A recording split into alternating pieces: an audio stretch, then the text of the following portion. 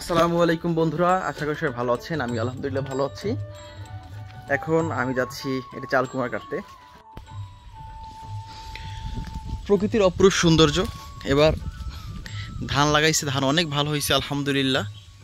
ধানগুলো দেখতে পাচ্ছেন, আর আকাশটাও কত সুন্দর।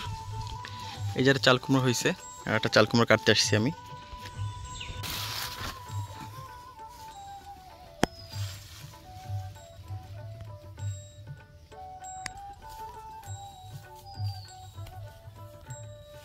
আমি যখন চালকুমড়া পাড়তে যাব তখন এই পেয়ারাটা দেখে গেছি। পেয়ারাটা মোটামুটি বড়ই আছে এবং মনে হচ্ছে পেকে গেছে। পেয়ারাটা মনে হচ্ছে ভালো হবে, তবে একটু এই সাইড দিয়ে মনে হচ্ছে পোকা ধরতে পারে। আমা দেখো, ওরে বাবা রে,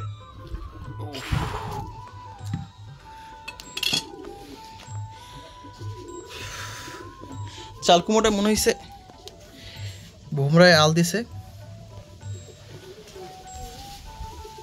পেয়ারাটাই মনে হয় যে এই জায়গাতে পোকা আছে।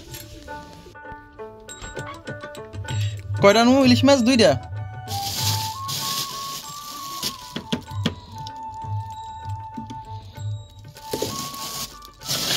আজকে আবার সকাল থেকে কারেন্ট নাই, আর এই কবুতরের বাচ্চা ডাকছে। এখন পর্যন্ত কারেন্ট কখন আসবে তারও ঠিক নেই, মাত্র সকালেই রাখছে। যা ঠিক আছে, দুইটা।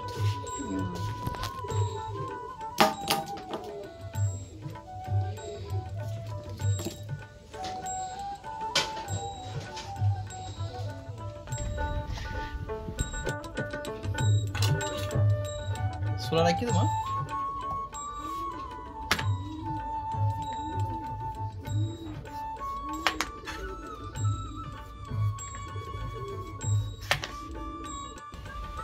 অনেকেই ভাবতে পারেন ভাই আপনার তরকারি কাটতেছেন।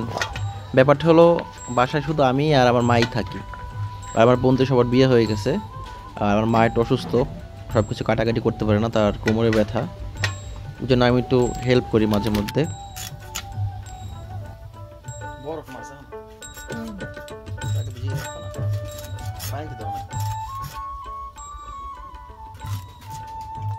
এখন নদীতে আসলে বড় ইলিশ পাওয়া যায় না, সব ছোট ইলিশ। তবে এই ইলিশের বয়স হয়েছে, কিন্তু ছোট হলেও যে খুব ছোট ব্যাপারটা এমন না, অনেক বয়স হয়েছে এই ইলিশের।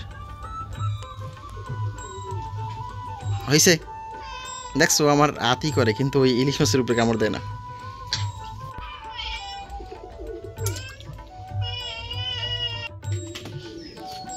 মাছ ভাজি চালকুমড়া আনবা নাকি ইট আনবা? মাছ এমনি গুণা করবা?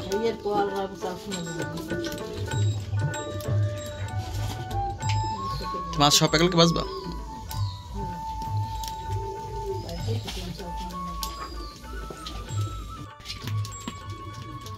তেল সেদ্ধ দাও।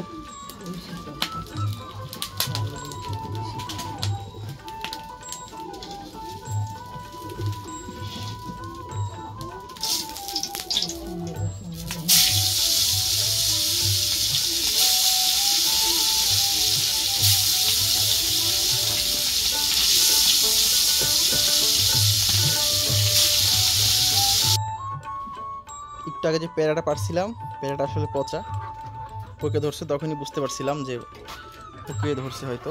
মুরগিকে দিয়ে দেই, মুরগি খাওয়ার জন্য চেষ্টা করতেছে, খেয়ে ফেলবো। যে